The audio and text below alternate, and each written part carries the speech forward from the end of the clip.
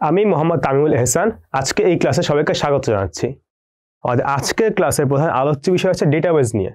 ডেটাবেজের ধারণা, ডেটাবেজের পরিধি, কিছু ডেটাবেজের উদাহরণ আর এই ডেটাবেজের বৈশিষ্ট্য বা সুবিধা কি কি আছে। তো সবার শুরুতে আসি ডেটাবেজ কি বা ডেটাবেজের ধারণা। প্রথমে একটা প্রশ্ন করি, ধরা যাক আমাদের কাছে কিছু ডাটা আছে আর ডেটাগুলো কি কয়েকজন স্টুডেন্টের রোল নাম্বার, নাম এবং হয়তো তাদের অ্যাড্রেস বা পিতামাতার নাম, ফোন নাম্বার যদি থাকে সেইগুলো। তো আমরা কি করতে পারি, আমরা হয়তো একটা এক্সেল ফাইলে বা আমরা হয়তো একটা কাগজে হয়তো জিনিসটা সেভ করে রাখতে পারি, ঠিক না? কিন্তু আমাদের এর মধ্যে যদি কোনো কিছু দরকার হয়, আমার যদি কোনো ইনফরমেশন খোঁজা লাগে, তাহলে আমরা কি করব? একটা অপশন হচ্ছে আমরা জাস্ট খুঁজে খাতায় লিখলে আমরা খুঁজে খুঁজে দেখবো, অথবা এক্সেল ফাইলে থাকলে সার্চ বলতে একটা অপশন আছে। আচ্ছা, বোঝা গেল। কিন্তু আমার এমন যদি হয় যে আমার এমন স্টুডেন্টের নাম দরকার যাদের মার্কস হচ্ছে 80 থেকে উপরে, এই জিনিসটা কিন্তু আমরা এক্সেলে সার্চ দিয়ে পারবো না, অথবা পারতেও পারি কিন্তু এত সহজে হয়তো পারবো না। আবার আমরা খাতায় করে রাখলে আমাদের প্রত্যেকটা একা একা করে একটা একটা করে নিজে থেকে খুঁজে বের করতে হবে। আবার যখন অনেক ডাটা নিয়ে যখন কাজ করা লাগবে, তখন আসলে এই এক্সেল সিস্টেম বা অন্য যে সিস্টেমগুলো একটু স্লোয়ার হয়ে যায় এবং অনেক সময় হয়তো এইগুলো সেই পরিমাণ ডেটা নিয়ে কাজ করতেও পারে না। তো এই সব ক্ষেত্রে হচ্ছে আমরা ডেটাবেজ নিয়ে কাজ করি। যে ডেটাবেজ কি, ডেটাবেজ হচ্ছে এই ধরনের একটা ফাইলের মতোই হয়তো চিন্তা করা যেতে পারে, কিন্তু ডেটাবেজের ভিতরে তারা যে ডাটাটা কীভাবে সেভ করে রাখে এইটা একটু অন্যরকম হয়। যে আসলে নর্মালি আমরা যেভাবে ডাটা সেভ করে লিখে বা কোনো জায়গায় নোটপ্যাডে, সেইটার থেকে একটু আলাদা হয়। এইটা ইন্টারনাল যে ওয়ার্কিংটা তোমরা যদি গুগলে সার্চ দাও তাহলে গুগলে সার্চ দিয়ে পাবা, বা তোমরা মোটামুটি এইখান থেকে কিছুটা ধারণা পেতে পারো। ডেটাবেসকে বলা হয়েছে তথ্য ভাণ্ডার। ডেটাবেস হলো কম্পিউটার ভিত্তিক একটি পদ্ধতি যার সাহায্যে সংগৃহীত উপাত্ত সংরক্ষণ করে প্রয়োজন অনুযায়ী পুনরুদ্ধার করা যায়। কারণ আমার একটা ডাটা সেভ করে রেখে পরে আমি যদি সেটা চাই, তাহলে সেটা আমি আবার আমার মতো করে দেখতে পারবো।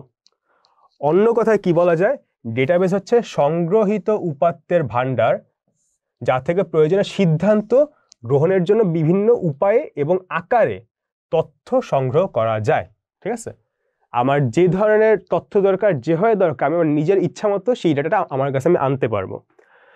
আরো সহজভাবে বলতে গেলে ডেটাবেস হলো অসংখ্য উপাত্তের একটি সুসজ্জিত তালিকা, যেখান থেকে নির্দিষ্ট প্রয়োজনীয় কোন উপাত্তকে দ্রুত এবং খুব সহজেই শনাক্ত করার উপায় এবং পন্থা আছে। এই তথ্য ভাণ্ডার বিভিন্ন প্রকার এবং বিপুল পরিমাণ তথ্য সংরক্ষণ করে রাখা যায়। যেটা আমি আগে বলেছিলাম যে নর্মাল আমার যে ডাটাগুলো থাকে বা কোনো একটা ফাইলে আমি এত বেশি ডাটা স্টোর করে রাখতে পারি না, একটা নির্দিষ্ট হয়তো লিমিট থাকে। কিন্তু ডেটাবেজে আমার অনেক পরিমাণ, মানে হয়তো বা গিগাবাইট, টেরাবাইট সাইজে হয়তো ডাটা আমার সংরক্ষণ রাখা পসিবল। জাস্ট আমার যে স্টোরেজ যদি থাকে তাহলেই হবে, এবং যে কোনো মুহূর্তে আমি সেই তথ্য ভাণ্ডার থেকে আহরণ বা সংরক্ষণও করতে পারি। এই সবগুলোই কিন্তু আমার ডাটাবেজের যে আমার সুবিধা সেগুলো হিসেবে আমরা ধরতে পারি। আচ্ছা, এখানে হচ্ছে আমরা ডাটাবেসটা কিভাবে আমাদের সামনে প্রেজেন্ট করা হয় তার একটা ভিউ। এই যে স্ক্রিনশট আছে মাইক্রোসফট অ্যাক্সেস। আমাদের এই পুরো চ্যাপ্টারে আমরা যত ডাটাবেস নিয়ে কাজ করি সব হচ্ছে মাইক্রোসফট অ্যাক্সেসের উপরেই। আমরা এরপর হচ্ছে মাইক্রোসফট অ্যাক্সেস কীভাবে ইনস্টল করতে হয় বা ইনস্টল করা থাকলে কীভাবে ইউজ করতে হয় সেটা দেখবো। বাট আপাতত আমরা হচ্ছে ডেটাবেস নিয়েই দেখতে থাকি। এখন এই ডেটাবেস আমরা কি কি সেভ করে রাখতে পারি, আসলে কি কি সেভ করে রাখতে পারবো, এইটা মোটামুটি এখন অনেক কিছুই সেভ করা যায়। বাট অনেক আগে হয়তো আমার এত কি বলা যায় কিছু সেভ করার কোনো উপায় ছিল না। 60-এর দশক থেকে কম্পিউটার ডেটাবেস ফাইলের ডেটা সংরক্ষণ শুরু হয়। তখন একটি ডেটা টেবিলের সমন্বয়ে একটি ডেটাবেস গঠিত হতো। মানে হচ্ছে আমার একটা ডাটাবেসে একটাই মাত্র টেবিল থাকতো। মানে টেবিল বলতে হচ্ছে যেটা কি বোঝায় সেটা হচ্ছে আমরা একটু পরে আবার দেখতে পারবো। কিন্তু ধরা যাক আমার এখানে একটা বইয়ে একটা মাত্র কাগজ রাখা যেত, 2-3টা কাগজ হয়তো রাখা যেত না। কিন্তু বর্তমানে ডেটাবেস ধারণা আসলে অনেক ব্যাপকতা লাভ করেছে। কারণ কি, কারণ এখন কোনো ডেটাবেসের আওতায় এক বা একাধিক data table, query, form, report ইত্যাদি ফাইল থাকতে পারে। ঠিক আছে, মানে আমার শুধু একটা পাতা না, অনেকগুলো পাতা থাকতে পারে। সেই পাতার কিছু হয়তো একটু সুন্দর হবে, কিছু হয়তো অন্যগুলোর মিক্সচার হতে পারে, কিছু হয়তো আমি স্টেপ দিয়ে জোড়া লাগাইলাম। আমার যেরকম ইচ্ছা আমি সেরকম করে আমার বইটা হয়তো সাজাইতে পারি। কিন্তু আগে এরকম কোনো অপশন আসলে ছিল না। আমাদের ডেটাবেসের যে বড় যখন উদাহরণগুলো দেওয়া হয় তখন হচ্ছে সবার শুরুতে যেটা বললাম, আমার এই মাইক্রোসফট অ্যাক্সেস এইটা নিয়ে কাজ করি। ওরাকল নামে একটা কোম্পানি আছে, তাদের আন্ডারে একটা ডেটাবেস আছে যেটার নাম হচ্ছে ওরাকল ডাটাবেস। এইটাও বেশ পপুলার। আর হচ্ছে ফক্স প্রো। ওরাকল যে সিস্টেমটা, এই সিস্টেমটাকে হচ্ছে স্ট্রাকচার্ড কোয়েরি ল্যাঙ্গুয়েজ, আর এই যে অ্যাক্সেস হচ্ছে একটা ডাটাবেস ম্যানেজমেন্ট সিস্টেম। এরা করে কি একটা ডাটাবেসের উপর কাজ করে, আর ওরাকল হচ্ছে একটা ডাটাবেস বলা যায়। দুইটা পার্থক্য কি, মানে পার্থক্য হচ্ছে একটা হচ্ছে অ্যাকচুয়াল ডাটাবেস এইটা, আর এই অ্যাক্সেসটা হচ্ছে ডাটাবেস ম্যানেজমেন্ট সিস্টেম। মানে আমি ডাটাবেসকে কীভাবে আমি ম্যানিপুলেট করবো বা কীভাবে আমি ইনফরমেশনগুলো দেখবো বা আমি এইটা নিয়ে কাজ করবো, ওইটার একটা সিস্টেম হচ্ছে আমার অ্যাক্সেস। এরপর হচ্ছে এই ডাটাবেসের বৈশিষ্ট্য কি। ডাটাবেসে বিভিন্ন ধরনের টেবিল তৈরি করে তাতে অজস্র ডেটাকে সুসংগঠিত করে রাখা যায় এবং পরবর্তী সময়ে চাহিদা অনুযায়ী বিভিন্নভাবে ব্যবহার করা যায়। আমার এখানে অনেকগুলো টেবিল থাকতে পারে আমার যেরকম দরকার। যেরকম ধরা যায় একটা স্কুলের একটা যদি বই থাকে, সেই বইয়ের একটা জায়গা হয়তো থাকবে টিচার, তাদের নাম এবং তাদের বাসার ঠিকানা বা তাদের ফোন নাম্বার। আরেকটা পেজে হয়তো থাকতে পারে স্টুডেন্টদের নাম, স্টুডেন্টদের বাসার ঠিকানা, ফোন নাম্বার, মার্কস। এই যে আমার দুইটা পাতা যে ক্রিয়েট হইলো, এখানে আমাদের দুইটা টেবিল আমরা চিন্তা করতে পারি।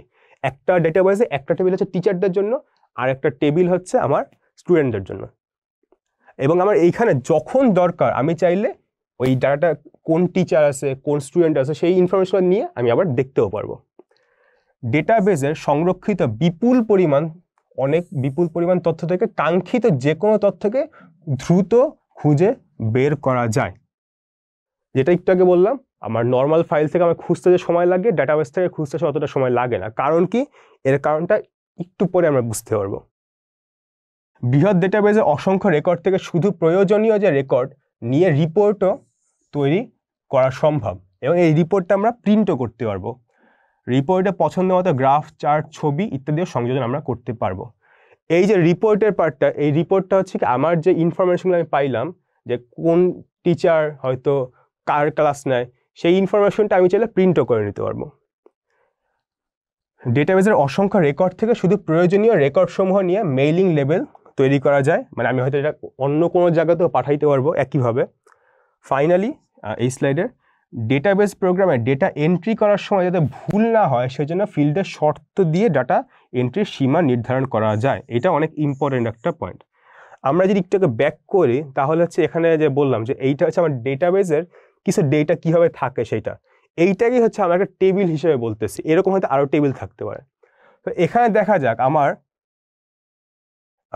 একটা জায়গা আছে, এজ দেওয়া আছে, ঠিক আছে। আমি চাইলে এমনও করতে পারি, ধরা যাক এই যে টেবিলটা হচ্ছে একটা স্টুডেন্টের টেবিল। ধরা যাক আমাকে বলা হয়েছে কোনো স্টুডেন্টের বয়স যদি 30-এর থেকে বা 35-এর থেকে নিচে হয়, তাকে হচ্ছে আমরা এই স্কুলে অ্যালাউ করবো না, বয়সের একটা সীমা হয়তো যদি থাকে। তখন আসলে কি হয়, আমি যদি এখন একটা ডাটা যদি এন্ট্রি করে দিই তাহলে তো সমস্যা, কারণ এখানে দেখো একটা 50 কিন্তু আছে। এইটা যদি স্টুডেন্টদের টেবিল না, আবার ধরা যায়, তখন আমরা করবো কি, এই যে একটা এজ নামে একটা কলাম বা ফিল্ড আছে, এই যে এজের একটা আমি রেস্ট্রিকশন দিয়ে দেয়, বলবো না কারো বয়স যদি 30-এর থেকে বেশি হয় তাকে আসলে আমরা এই ডাটাবেসে বা এই ঘরে আমরা নিবই না। এই জিনিসটা আমার করা লাগবে না, একটা ডাটাবেসকে যদি বলে দেই, ডাটাবেস নিজে থেকে এই জিনিসটা আমাকে আটকায় দিতে পারবে যে না, সে হচ্ছে এই 4 নাম্বার যে ঘরটা, এইটা আমি যদি এন্ট্রি করতে চাই তাহলে হচ্ছে দিবে না, কারণ কি ওর বয়স হয়তো 50, এর জন্য তাকে বলবে না এটা নেওয়া যাবে না, এরপর রেগুলেশন হয়তো নিবে। এই সুবিধাটা অনেক ইম্পর্টেন্ট, কারণ এইটার কারণে অনেক ভুল তথ্য সেগুলো আসলে ইনপুট নেওয়া হয় না। এটা থেকে মানুষের যে নিজের যে হিউম্যান যে এররগুলো থাকে ওইগুলো অনেক কমে যায়, এবং তার ফলে কি হয়, মানে আমার ডেটাটা যেগুলো থাকে এগুলো হচ্ছে আগে থেকে ফিল্টার করা থাকে, বা আগে থেকে আমার কারেক্ট ডাটা যেগুলো আছে সেগুলো হচ্ছে আমি বলতে হবে যে না এটা ঠিক। এই যে জিনিসগুলো এগুলোকে বলা হচ্ছে কি ইনপুট ভ্যালিডেশন, মানে আমি যে ইনপুটগুলো দিয়েছি এটাকে কারেক্ট কি না। এখানে কি দেওয়া আছে, যেমন কোনো ডাটা টেবিলের স্যালারি ফিল্ডের বেতন এন্ট্রি যদি করা হয়, সর্বনিম্ন বেতন হচ্ছে 2000 টাকা, ঠিক আছে, এবং সর্বোচ্চ বেতন হলো কত 11,500। এ ফিল্ডের ইনপুট ভ্যালিডেশনে যদি গ্রেটার দেন 2000 এবং লেস দেন এই 11,500 শর্ত যদি দেয়া থাকে, তাহলে এই নিচে বা এর উপরে কোনো কিছু আসলে আমি এন্ট্রি করতে পারবো না। সো এটাই হচ্ছে আমার ইনপুট ভ্যালিডেশন। এরপর কি কোয়েরি হচ্ছে আমার কোনো একটা ডাটা যখন আমি চাবো তাকে যে আমি বলবো যে আমাকে এই জিনিসটা দাও, মানে একটু আগে যেটা বললাম, এমন টিচারের নাম দাও যাদের গ্রামের বাড়ি হয়তো বা বরিশাল। সো এই জিনিসটা আমি যখন তাকে বুঝায় বলবো, এই সিস্টেমটাকে বলা হচ্ছে কোয়েরি। এই কোয়েরির পার্টটা পরে হচ্ছে আবার পুরো একটা লেকচার আছে, সেখানে তোমরা আরো ভালো মতো বুঝতে পারবো। কোয়েরিতে বিভিন্ন শর্তারোপ করে ডেটাবেস থেকে রেকর্ড সমূহকে আলাদা করে ডেটা টেবিল তৈরি করা যায়। মানে আমি হয়তো বলবো যে এমন টিচারের নাম দেয়, যেটাকে বললাম তাদের নাম দিয়ে আরেকটা হয়তো পাতা বা পৃষ্ঠা ক্রিয়েট করে আমাকে হয়তো দিবে, আমি এখন ওই পৃষ্ঠা নিয়ে আমার মতো করে কাজ করতে পারবো। একটি নির্দিষ্ট ফিল্ডের উপর ভিত্তি করে 2 বা ততোধিক টেবিলের মধ্যে ডেটা আদান প্রদানের জন্য রিলেশন তৈরি করা যায়। কিরকম? ধরা যাক আমার কাছে একটা টেবিল আছে, যেই টেবিলে হচ্ছে স্টুডেন্টদের রোল নাম্বার আর তার নাম আছে, ঠিক আছে। আরেকটা টেবিলে কি আছে? আরেকটা টেবিল আছে স্টুডেন্টের রোল নাম্বার আর হচ্ছে ধরা যাক বাংলা বা আইসিটির হচ্ছে মার্কস, এম দিয়ে হচ্ছে মার্কস বোঝাচ্ছি, ঠিক আছে। এখানে আছে রোল নাম্বার, নাম, আর এখানে আছে রোল নাম্বার আইসিটির মার্কস।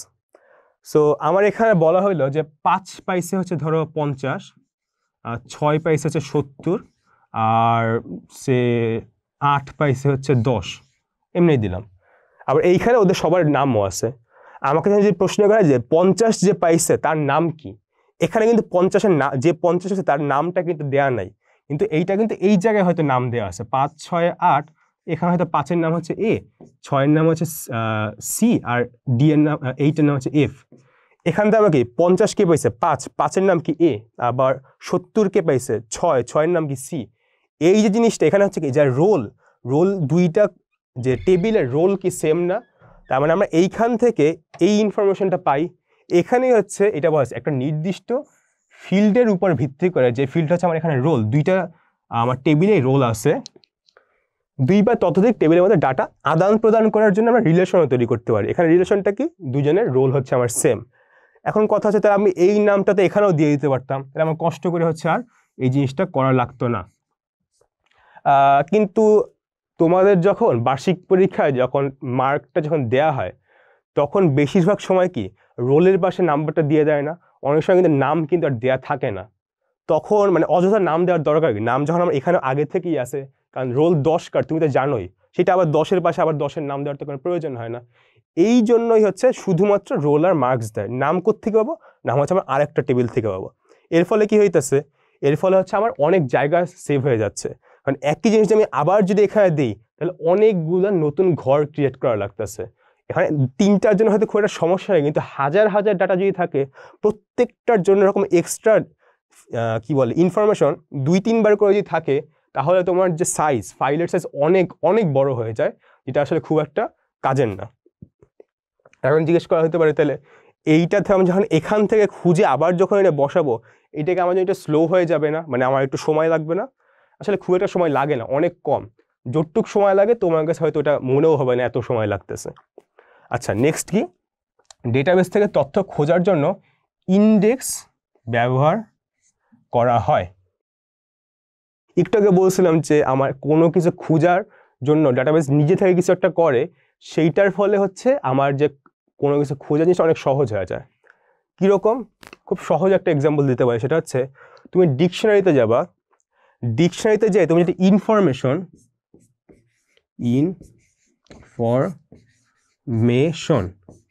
ঠিক আছে, ইনফরমেশন এই ওয়ার্ডটার মিনিং ধরে তুমি খুঁজতে চাও, এটা তুমি কত সহজে খুঁজে বের করতে পারবা? আর তোমার ধরো ইংলিশ বইয়ে তুমি ইনফরমেশন ওয়ার্ডটা খুঁজবা, কোনটা তুমি তাড়াতাড়ি খুঁজে পাবা? একটা ডিকশনারিতে এত মোটা একটা ডিকশনারি, কিন্তু আমার ইংলিশ বইয়ে তো একটু।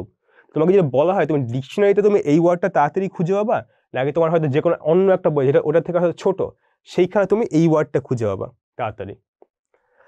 জানি না তোমরা কি উত্তর দেবা, কিন্তু উত্তরটা হচ্ছে ডিকশনারিতে আমরা এই ওয়ার্ডটা তাড়াতাড়ি করে খুঁজে পাবো। কারণটা কি? কারণটা হচ্ছে ডিকশনারিতে আমার যে ওয়ার্ডগুলো আছে সেই ওয়ার্ডগুলো সাজানো থাকে, এরপর বি, বি এর পর সি। তাই আমি জানি ইনফরমেশন ওয়ার্ডটা আমি কোথায় পাবো, সরাসরি আইতে চলে যাব। আই এর পর আমার ইনফরমেশনে হচ্ছে আমার আই এ বি সি এগুলো দেখা লাগবে না, আমার ডিরেক্টলি আই এন মানে লাস্টের দিকে যাব। সো আমি খুব তাড়াতাড়ি কিন্তু ইনফরমেশন যে ওয়ার্ডটা, এই ওয়ার্ডটার কাছে কিন্তু চলে যেতে পারি। কিন্তু আমার যে কোনো একটা বইয়ে আমরা কিন্তু জানিও না সেই ইনফরমেশনটা কোথায় আছে, ঠিক না? এই জিনিসটাই কারণ আমরা ডিকশনারিতে কেন খুঁজে পাচ্ছি, কারণ হচ্ছে শব্দগুলো সব সাজানো আছে, এই যে সিস্টেমটা, এই সিস্টেমটাকে হচ্ছে ইন্ডেক্সিং বলে। সাজানো হোক বা যেভাবেই হোক না কেন, নিজে থেকে যে খুব তাড়াতাড়ি যে খুঁজে বের করার জন্য ওরা যে ডাটাগুলোকে নিয়ে কিছুটা কাজ করে রাখে, এটাকে হচ্ছে ইন্ডেক্সিং বলা হয়। এইটা কার উপর কাজ করবে? যে কোনো একটা ফিল্ডের উপর। ইউজুয়ালি আমার যখন যে রোল নাম্বারটা, হয়তো রোল নাম্বারের উপর ইন্ডেক্সিং থাকে, কারণ 1-এর পর 2, 2-এর পর 3, আমরা এরকম করে কিন্তু আমাদের যে ক্লাসের যে খাতা বলা যায় সেটা কিন্তু সাজানো থাকে। তো বলা যায় আমাদের যে ক্লাসের যে অ্যাটেন্ডেন্স খাতা বা যে কোনো খাতাই হোক না কেন, সেটা হচ্ছে আমার রোল নাম্বারের ভিত্তিতে ইন্ডেক্সড বা ইন্ডেক্সিং করা থাকে। কোনো ফিল্ডের উপর ইন্ডেক্স করা হলে উক্ত ফিল্ডের ভ্যালু, এটা হচ্ছে ভ্যালু হবে, ভ্যালু লেখা, ভ্যালু এবং রেকর্ড রেফারেন্স একটি অর্ডার অনুসারে সজ্জিত হয়। এই অর্ডারটা ইউজুয়ালি তোমার হয় রোলের এগেনস্টে অর্ডার, মানে 1-এর পর 2, বা ইনফরমেশন যে ডিকশনারির যে ওয়ার্ডটা এখানে কি মানে এ, এরপর বি, এগুলো কি তোমার বর্ণানুক্রমে সাজানো, ওইটাও হচ্ছে একটা ইন্ডেক্সিং বা অর্ডার বলা যায়। ইন্ডেক্স ফাইল মূল ডেটা ফাইলের কোনোরূপ পরিবর্তন না করে রেকর্ড সময়কে বিভিন্নভাবে সাজাতে পারে। মানে তোমার কাছে যে ডেটা ফাইলটা আছে, মানে তোমার যে ধরো মেইন যে খাতা, সেই খাতায় সে কোনো চেঞ্জ করবে না, সে নিজে থেকে একটা সিস্টেম দাঁড় করাবে, ওই সিস্টেম দিয়ে সে হচ্ছে এই ইনফরমেশনগুলোকে খুঁজবে। সূচি দেখে কোনো বই থেকে যেমন কোনো বিষয় সহজে খুঁজে বের করা যায়, তেমনি ডেটাবেস থেকেও সহজে তথ্য খুঁজে বের করা সম্ভব। সো একই রকম আমরা সূচিপত্র থেকে যেভাবে কোনো জিনিস খুঁজে বের করি, ডাটাবেস থেকে আমরা একই রকমভাবে কোনো জিনিস একইভাবে খুবই সহজে আমরা খুঁজে বের করতে পারি। আমাদের আজকের যে ক্লাসটা আমরা এখানেই শেষ করছি। সবাই ভালো থাকবে, সুস্থ থাকবে, ধন্যবাদ।